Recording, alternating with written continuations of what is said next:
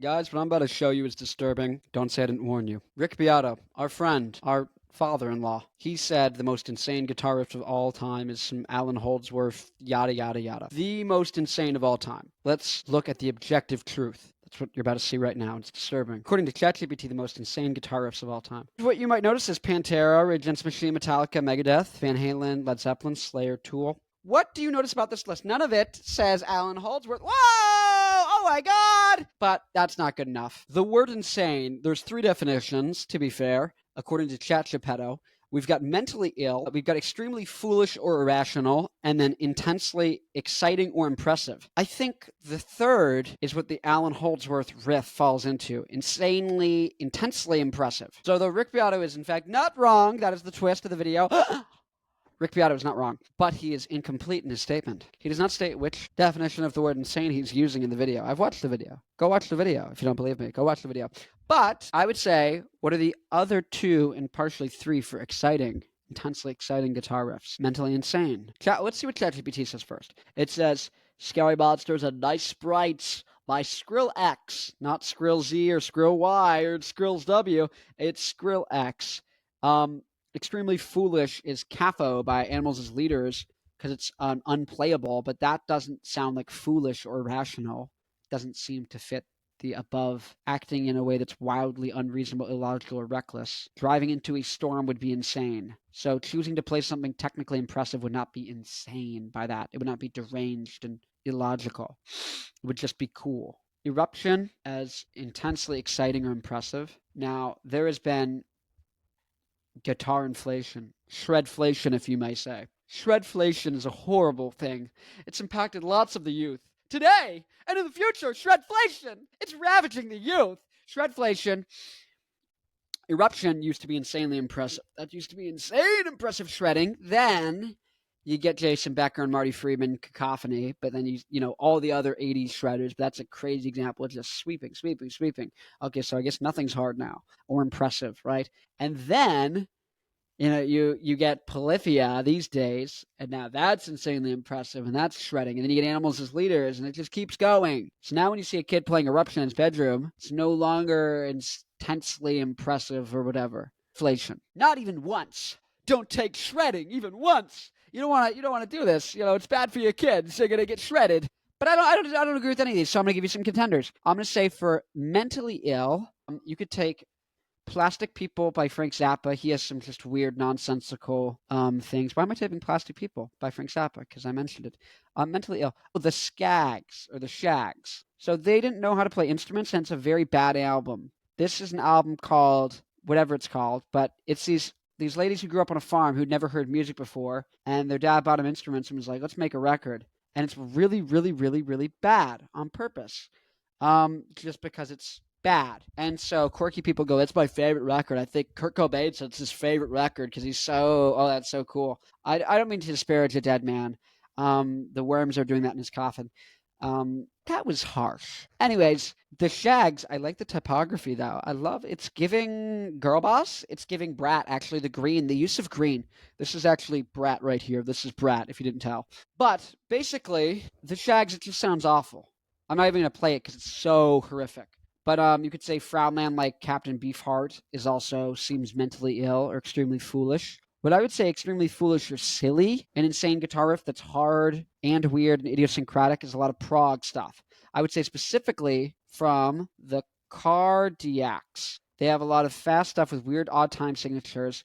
They were like a prog punk group. And so they're very, very interesting, and they have lots of difficult, not because they're like super hard to play physically, they're just really hard to get the rhythms of, and it's really weird, but it really is the most zany and like wild guitar playing, and just really weird songs and riffs, and abrasive, and it's just really, really extremely foolish or irrational sounding.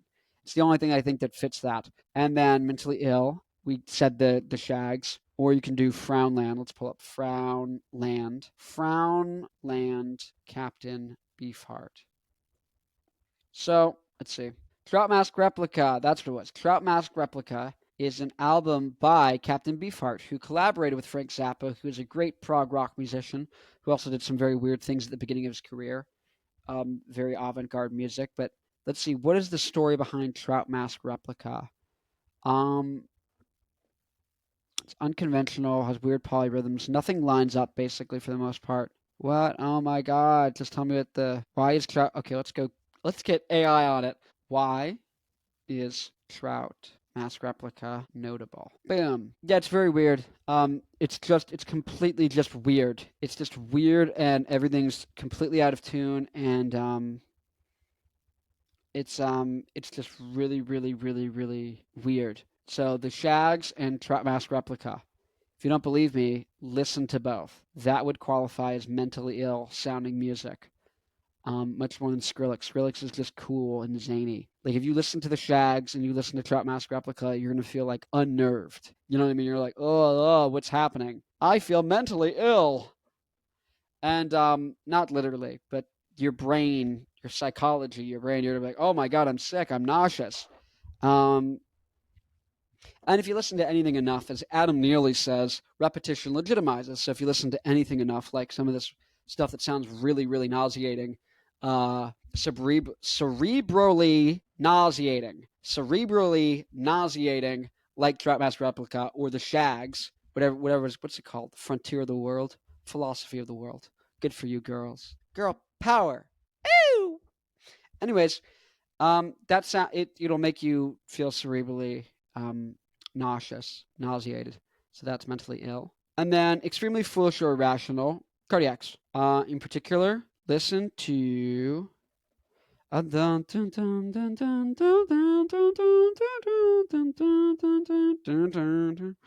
a song RES. And this is the poppiest version of a song they have that is still really, really weird to the point where it feels, como se dice, extremely foolish or irrational. This is an extremely foolish or irrational song.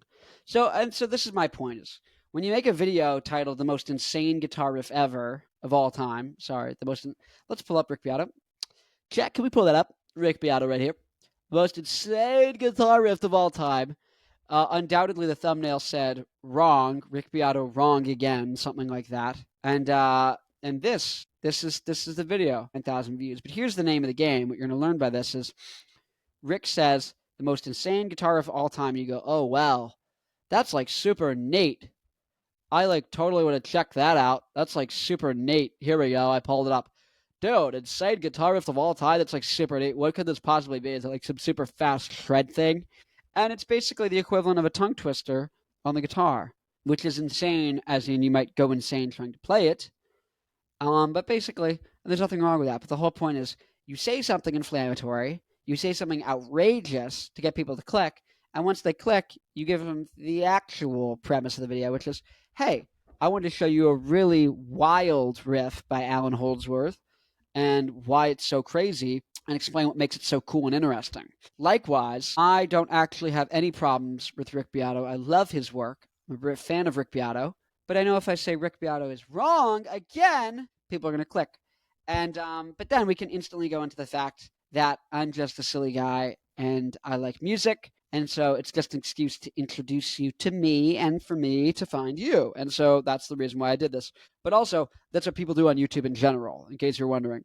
You might not think about it as literally, but if you start to think about it, you'll realize. Because if you do watch his video, it says the most insane guitar riff ever. And then I think he might even say in there, like, this isn't the hardest thing to play ever. It's just really weird. But it also isn't the weirdest thing ever. It just is weird. And so that's the thing. When you say the most of all time, you inherently can't make that true. This isn't a knock against Rick. This is a fact. Like I was saying, shredflation has gone on. So this third definition, insanely exciting or impressive, if you're trying to go by that definition, there's nothing. Nothing's really insane, dude. But everything's insane. You know, Eruption is insane to hear. You go, whoa, that's cool. But just all these things, everyone's so mature in their palate just as a baseline now because there's so much more stuff in proliferation. And there's so many videos of the most insane guitar riff ever. So what was, I found out Masayoshi Takanaka. Let's pull up Masayoshi Takanaka. I found out about him in 2018 when I was taking guitar lessons. And my guitar teacher was like, dude, you need to check out Masayoshi Takanaka. And he made me learn a song, and it was freaking awesome. But now everyone knows about Masayoshi Takanaka because all it took was one or two guys telling everyone, bro, you got to hear about Masayoshi Takanaka. He's so awesome. Now, 7 years later, everyone knows about Masayoshi Takanaka. All this is to say, Shredflation is real. And what's exciting and new and novel changes very quickly. Shredflation is real. Extremely foolish or irrational. Yeah, I'd say RES by the Cardiacs. This whole album is really good. Not Seaside. If you take the one off a house, Man in the House, the Whole World window. Let's see. Yeah, this is a beautiful album. If you listen to this whole album, you will not regret it. So that's a big recommendation. But this is the same thing. So Rick Beato did his video called "The Most Insane Guitar Riff Ever." He didn't make a video called "Alan Holdsworth is Awesome and You Should Really Love Him. It's a shame that he died a couple years ago." Because that video you wouldn't have clicked on unless you already knew about Alan Holdsworth. So we wanted to introduce you to it. I wanted to introduce you to Masayoshi Takanaka, The Shags, Trout Mask Replica, and specifically this Cardiacs album. Hence why I made a video called Rick Beato is Wrong, because you're people who like music, you know who Rick Beato is. You're people who every time you see Rick Beato, you're like, oh, I might want to click that, like me. So you're like, okay, I clicked that. So you're the kind of person who's going to appreciate, if you made it all the way through, this Cardiacs album. Go listen to it. I believe it's on Spotify right now, and it's on Apple Music. It's on YouTube.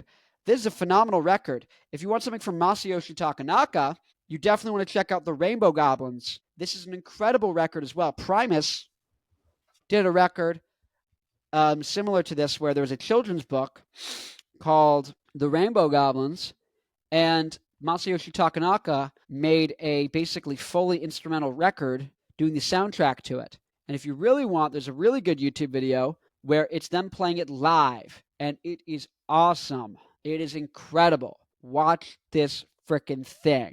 Primus, another weird zany band, which could be an intender for insane guitar riffs, did an album called The Desaturating Seven, which is them adapting the exact same children's book made by an Italian guy, and they did the same exact things Masayoshi Takanaka.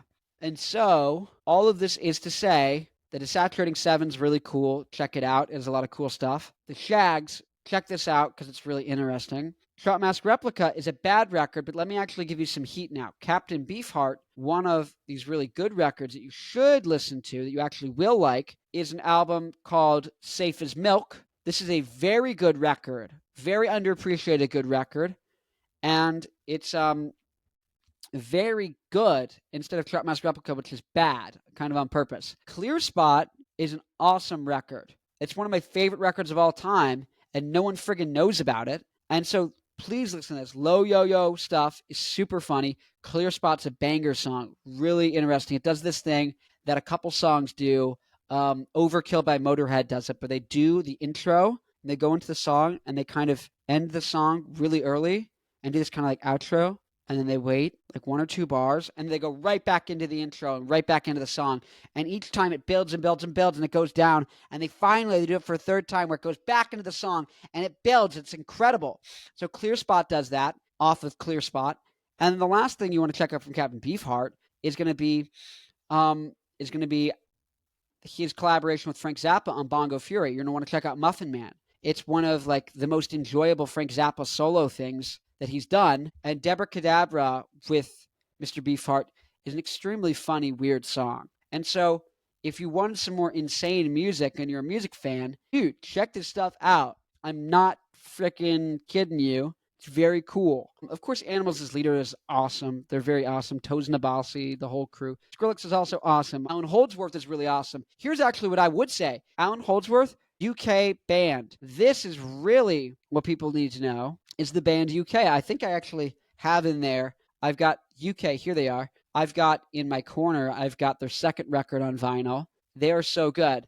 But UK was a band. So they have UK, which Alan Holdsworth played on. They were a 5-piece, I believe. They had was they a 4-piece? Yeah. So John Wetton on bass, Eddie Jobson, I think maybe on drums, Bill Brufford on bass. Bill Brufford on drums? I don't remember. Or maybe he's on keys. Anyways, Alan Holdsworth was on guitar. John Wetton, I think, is on vocals. Let's see. Let's go. I'm talking out of my booty. Let's go check. Let's get the receipts. Okay. Oh, Eddie Jobson did violin. That was so cool. Yeah, the second record is really cool violin. Terry Bozzio is on drums. Yes, Terry Bozzio. Oh my God, so Terry Bozzio played with Frank Zappa, and there's a song called Titties and Beer in which they do all of these different characters, and Terry Bozzio is doing characters back and forth with Frank Zappa at one point, and Frank Zappa goes, "Now listen here, Bozzio, I mean devil," because they're role playing that he's the devil, and Frank Zappa's playing this other character who's talking back and forth with the devil, and they're arguing. And so at a certain point, they go off the rails laughing and bringing it back. He goes, "Listen here, Bozzio, I mean devil," and I go, "Oh, it's Terry Bozzio." And then there's at the end of Muffin Man, he gives a whole speech. Frank Zappa does, where he's like, "Blah blah blah on tenor sax, Terry Bozzio on drums." And so I was like, "Oh, let me check out Terry Bozzio." And so now you go down the Terry Bozzio rabbit hole, and this is where it's like, okay, look at his drum kit. This is where I need to know about Terry Bozzio. You see this? I believe that he has a drum kit with every single note. So he has a snare and a tom in every single key. So he can play melodies on his drum kit. Just want you to understand that. He can play melodies on his drum kit. So he's oh my God. So Missing Persons is great. Missing Persons. Walking in LA. Ding, ding. Walking in LA. Nobody walks in LA. That's him and his wife. They're super awesome. Bozzio Levin Stevens is so good. Tony Levin. So this is the dream group. This is the dream group. If I were to title this video Bozzio Levin Stevens, why it's cool, no one would click it. Maybe some people. But Terry Bozzio, drums for Frank Zappa and all these crazy people. Steve Stevens is one of the coolest guitarists alive. He wrote like the coolest guitar parts ever in compositions and arrangements with Billy Idol. Little hell, I got low, low, low with a rebel yell. Oh, I'm not there today. I can't sing. But eyes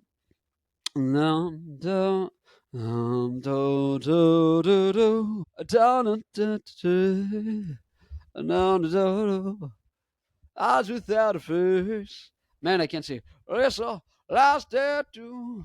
What went on? Okay, you're enough of that there. But Terry Bozzio, insane drummer, super cool. And then Steve Stevens, awesome guitarist. And Tony Levin played in freaking King Crimson, and it's just so cool. But I believe they only did 2 albums. And Situation Dangerous, there's a song off it. It's like Tzingin or whatever. It's a really good song. It's one of my favorite. Yeah. Tragic and Tzane. This is, I would say, one of the coolest prog rock songs of all time with the best solos and parts. And it's just the coolest thing ever. And so, yeah, check out Tzingin. Check out UK. If you want really good guitar work, Alan Holdsworth, then first record, In the Night of Day. 30 Years is a banger. It's a big, proper prog song. It builds up. Time to Kill is my favorite. Time to kill, going, killing time, raining, la da da da da da da, or In the Dead of Night by Light of Day. Danger Money, oh my God, dude, it's just synth, bass, and drums. It's so cool, and like vocals, so awesome. Check out Danger Money. I'm not kidding. I love Danger Money. There's a reason I bought it and I didn't buy the first album. The first album's great, but like Danger Money is like, that's goals. So yeah, what did I say? UK, I said Terry Bozzio, I said Missing Persons, I said Frank Zappa, I said Captain Beefheart, I said the Shags, I said Masayoshi Takanaka, I said the Cardiacs. This is all, I'm a fan of insane music. And in the sense that I'm speaking here, I'm clicking this to get more light on me. But no, I'm a fan of what you could call mentally ill, extremely foolish or irrational, intensely exciting or impressive music. Insane music, as ChatGPT is so helpful in elaborating and illustrating. Insane music is something I'm a fan of, and if you want to hear crazy cool music, check this stuff out, and it will send you down a rabbit hole. Anyways, my name is Connor Farrell. I have a band called Black Licorice. Here is our song Down the Drain. There we go. On the back here is our song Getting Closer. Down the Drain is in the vein of early Arctic Monkeys, like I think their first album. Kind of a British, kind of like snotty punk type of thing. And yeah, if you're a musician, if you have a band and you don't want to have to make a website and pay money for that, or make a Patreon and commit to that and put videos on there that no one's subscribing to, right? Or you don't have to make an email list and end up in the spam folder. You can head over to newrockdynasty.com. Newrockdynasty.com is a website I made so that bands can have free websites, and so that we could all kind of be on the same place together, so musicians and rockers could all kind of talk. There's no algorithm. You don't have to like post something and then hope that your followers see it. It's like, no, it's right there. Even if you just are a fan of rock, you can write articles over there. You can do whatever you want. It's a Wild West. It's a place for rock to live. That's honestly the reason I started it. And yeah, I have a podcast called The Rock Show with Connor Farrell. My mission in life is to help bring back rock. Truly, you know, it's kind of bubbling up here and there, but it's not like really in full swing. Why aren't there rockers doing podcasts on YouTube, and why aren't the YouTubers actually doing rock? Right? So you'll see like Samurai Guitarist and all these people who are, you know, and Rick Beato, and bless their hearts, but they don't want to like be rock stars and tour and like do all this stuff, or they're not. You know what I mean? So, but I think that's what's going to happen. That's what needs to happen. So if you want to do that, go come check it out. NewRockDynasty.com, The Rock Show with Connor Farrell, my band Black Licorice, spelt Licorice, Licorice. And yeah, if you like the video, like the video. Comment, let me know what you had to think, and subscribe. Please subscribe, okay? Thank you. I would like to be able to do this full time, because once I am, I'll be able to have bigger bands on, be able to build a bigger platform, and I'll be able to help more rock bands go tour and make a career doing music and doing social media and building fan bases and New Rock Dynasty and, you know, all of this great stuff. If you ever want to reach out to me, hit me up here in the comments. Hit me up on Instagram. And thanks for watching. I'll see you in the next video. Oh, let me know what you think about any of that music. I would love to talk about it. You can tell. Anyways, I'll see you guys in the next video. Click a boop. There's a video right here, probably.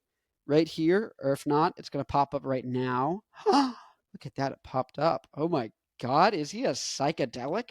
How did he know the video was going to pop up? There's there for to subscribe. Anyways, goodbye.